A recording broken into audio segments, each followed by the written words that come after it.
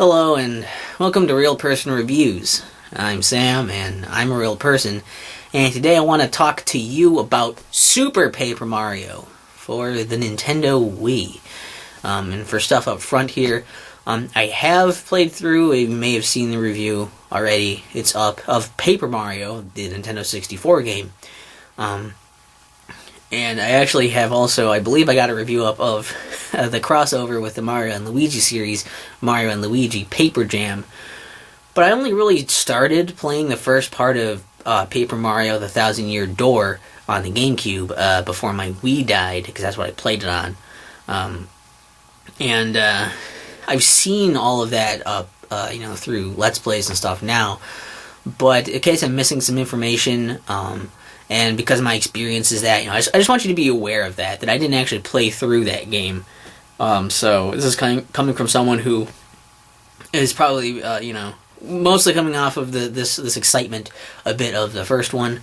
And also I played this a long time ago, a little bit, and I was excited to go back into it. So there was that kind of jumping in point when it's like, oh yeah, I remember playing this and it seemed really cool, and I was excited to be able to actually play through it and finish it and see what the whole game is like. That's I think all I really need for a preface, except for I would also really encourage you to look at the written review. You can do that before, after, or just instead of this video review by going to the link in the description.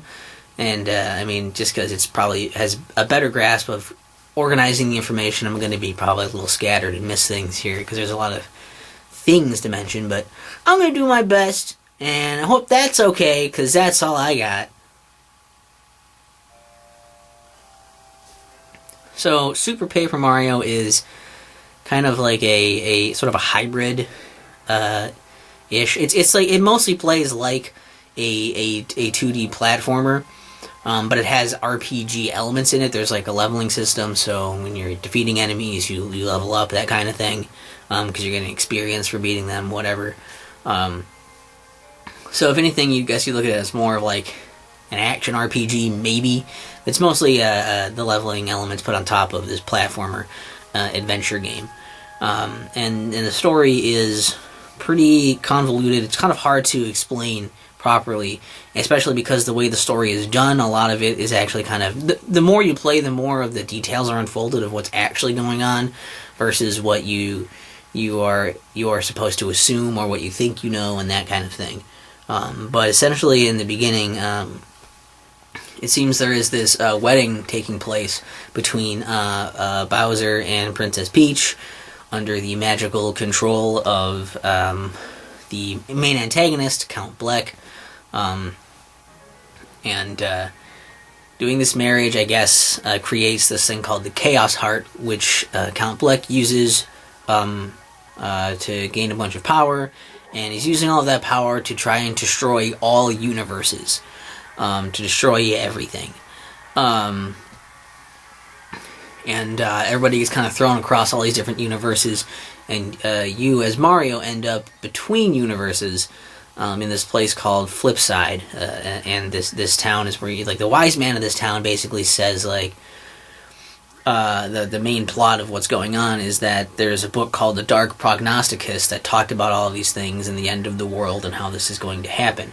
I guess because Bowser is supposed to be like a representation of evil and Peach is a representation of good, and putting them together like that, it creates chaos or something, I don't know.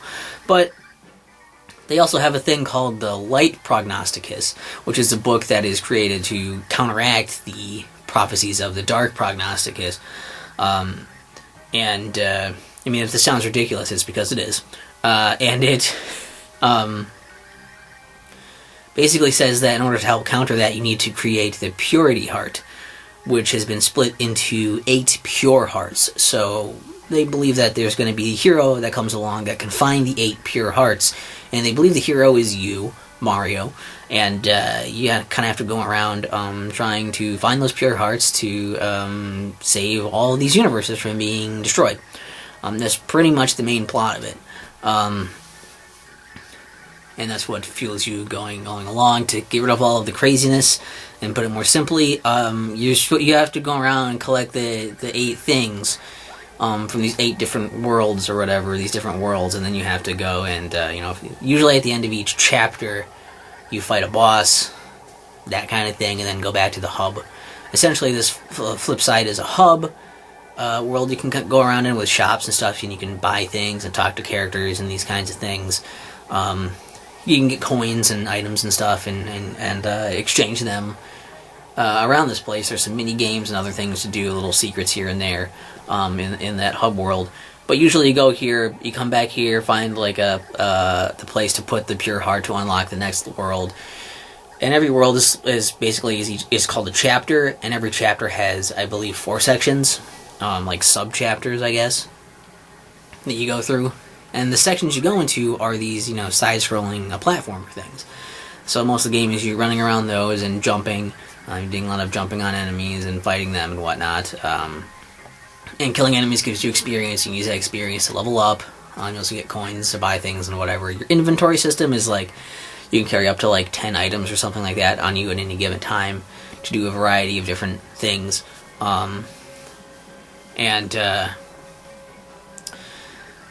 You also find these little things along the way called pixels, and they're basically your special ability, or the one you have on like your 2 button, I think it is, or is it 1? Whatever would be like these holding the Wii remote sideways equivalent of B. That's like an NES controller B. That's the button you hit to use their abilities. So as you find them along the way, you're getting these new abilities, and you have to use those to solve puzzles and fight enemies and ultimately get through the game. Also, fairly early on, you get... just one example of that quick is, like, I think the first one you get is one that allows you to pick things up and throw them. So, like, that's the thing you can then use to your advantage. And also, fairly early on, you get a main mechanic ability, which is to be able to hit A, the actual Wii Remote A, to switch into a 3D mode, which can only be in for a limited amount of time until your meter goes down, and then it starts hurting you as you're doing it. So if you want to not get hurt, you have to get out of it. But it basically just rotates the entire world on its side, and then lets you see it in 3D, which allows you to see some things that are only from that perspective, and sometimes you need to do this to get around things that are like paper thin, and using it for exploration and solving some puzzles, getting around obstacles, that kind of thing, fighting some enemies even. So it's a multi-use ability. And also as you go through the levels, you can find some other characters, each with their own little special quirks to them. But I don't want to spoil any of that, so I don't want to go saying who you get and what they do and whatever. Other little things to mention, other than, like, because that's the main bulk of the game, is going through there and listening to different characters, hearing their stories, and trying to help out different people in these different universes you're going to along the way to try and get these pure hearts. A couple other little things, like there's some mini games you can do in the hub world. There's a whole system of, like, you can collect these cards. There's like little, like, trading cards of the characters, and you get those for every character and enemy and whatever in the game, and they'll have a little tidbit of information on them. You can also bring ingredients to a chef, and then have the chef cook them up into a dish to either change their properties or enhance them. Or if it's something that doesn't make a dish, then you'll just turn into like a mistake or something, and it'll be like, it sucks, sorry. And those are a couple things you can do. It saves the recipes, so you can make things again if you'd want to.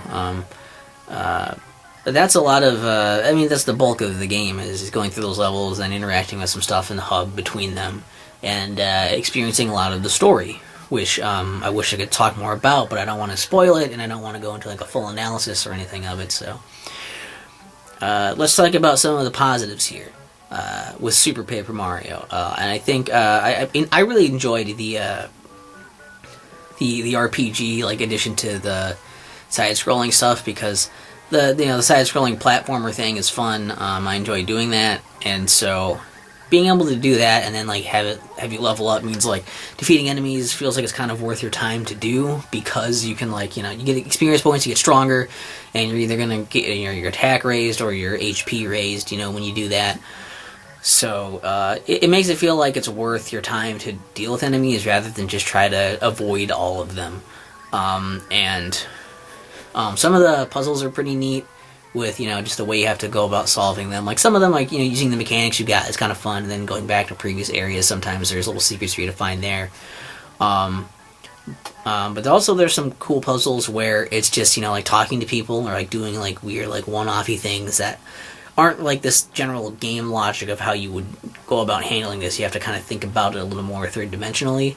And I think that stuff's actually pretty interesting that you can, that they would put that much effort into some of these things for you to be able to like have to actually pay attention and kind of like talk to these people and like figure these things out. Rather than just, trial and error using general game logic stuff. And like that's really cool. It makes it feel more rewarding when you do figure out the puzzle and actually do it versus like just kind of guessing it. Definitely I would recommend not looking up solutions for these puzzles and these things if you're stuck, because that's going to ruin a lot of the magic of it, honestly. And then if you do it that way, you'll probably be like, whatever, and like roll your eyes at it. And it's not as magical that way, I don't know. It's got a few catchy tunes in it. The visual style, I'm not a huge fan of the visual style in this one. I don't think it's ever going to be as charming as it was on the Nintendo 64. But a lot of things look pretty weird, I guess, because they're from different universes and everything. So they're trying to make things look different and unique.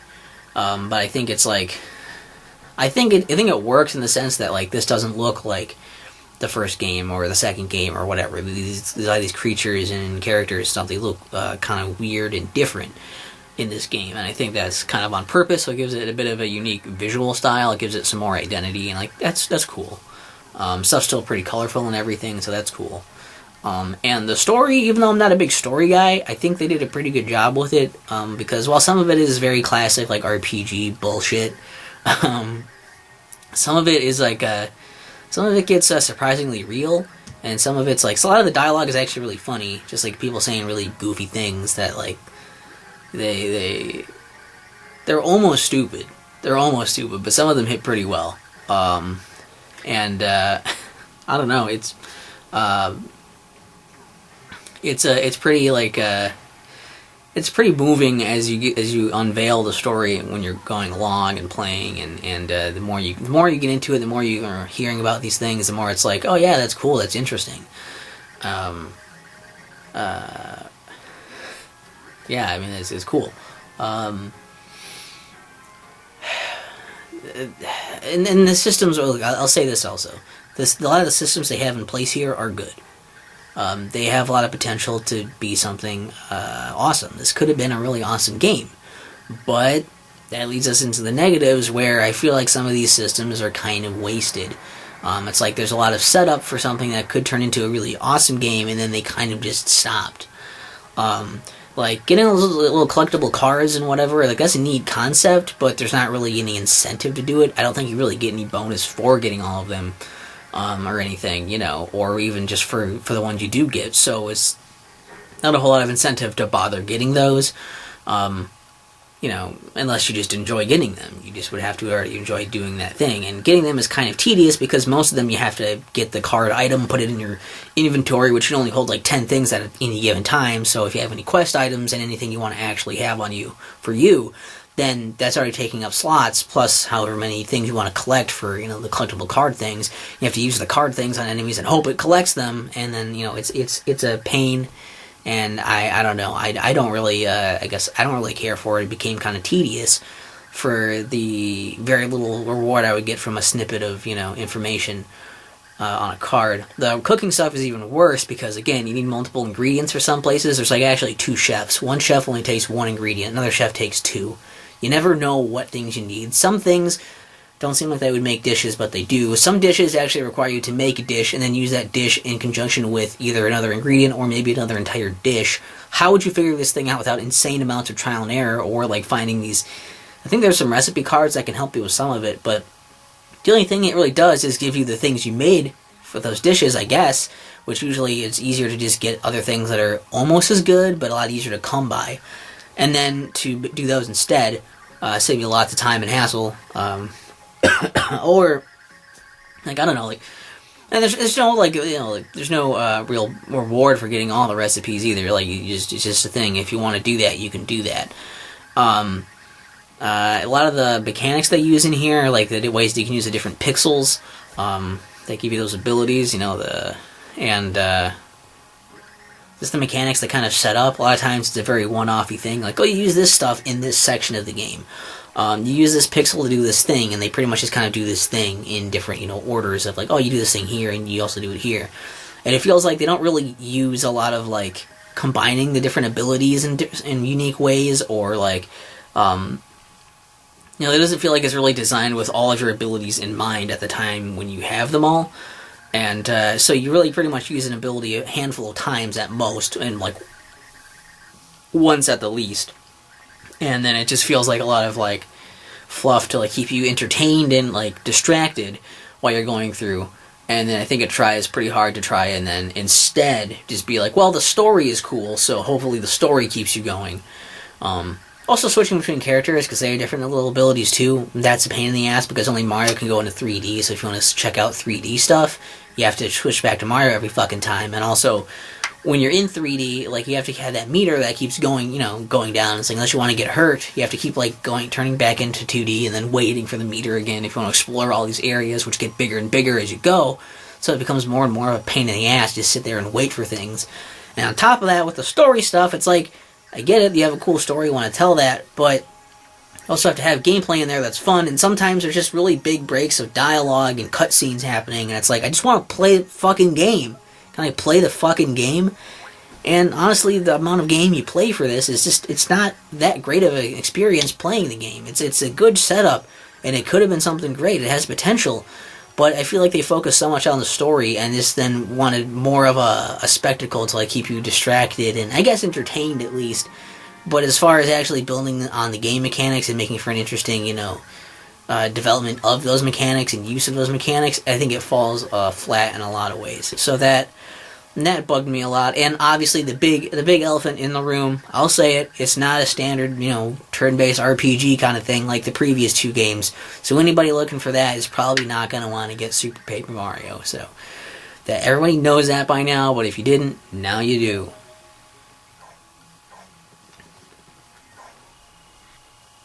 Super Paper Mario is disappointing to me, honestly. It's disappointing. I mean, it's fine. It has some interesting things about it. It does some fun stuff, for sure. But, this is one of those games you probably want to get for cheap. You want to get it for not too much money. Or if you're just more interested in having a really light, casual time, just kind of playing around with some, very light mechanics and just kind of getting invested in this interesting little story, you might have a good time with it, especially if you like the Paper Mario aesthetic. You'll probably have a decent time with this one. But if you're looking for some solid gameplay, this really isn't a great one to get. I would say this is one of those like $15 to $20 games at most you'd want to look at paying for this kind of thing. Unless you're a big Paper Mario fan, if you just want to have it as part of the series.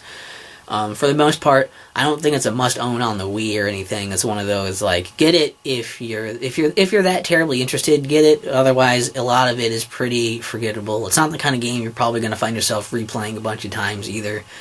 And as far as completing the stuff, it's not really worth it. So if you're going to play it, just play it to have fun and experience it rather than trying to get everything, because I think you'll find yourself more disappointed if you do that.